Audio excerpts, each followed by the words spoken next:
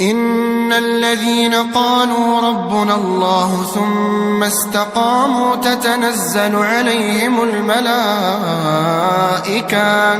تتنزل عليهم الملائكة ألا تخافوا ولا تحزنوا وأبشروا بالجنة التي كنتم توعدون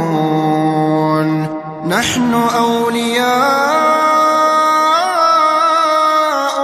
في الحياة الدنيا وفي الآخرة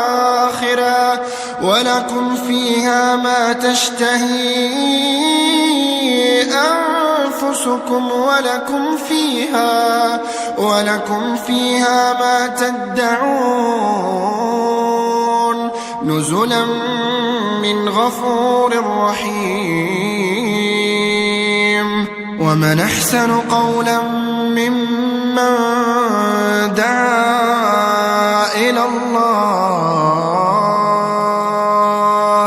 ومن أحسن قولا ممن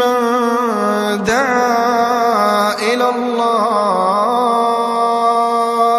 وعمل صالحا وقال إنني من المسلمين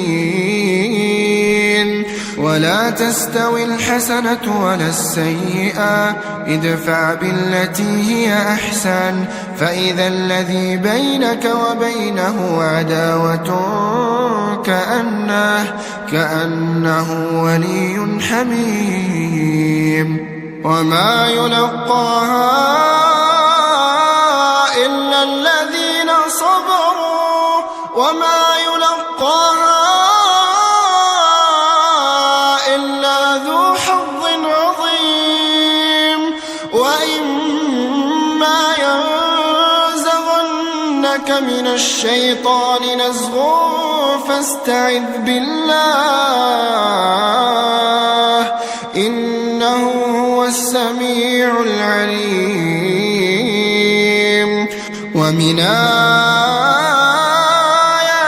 الليل والنهار والشمس والقمر لا تسجدوا للشمس ولا للقمر واسجدوا لله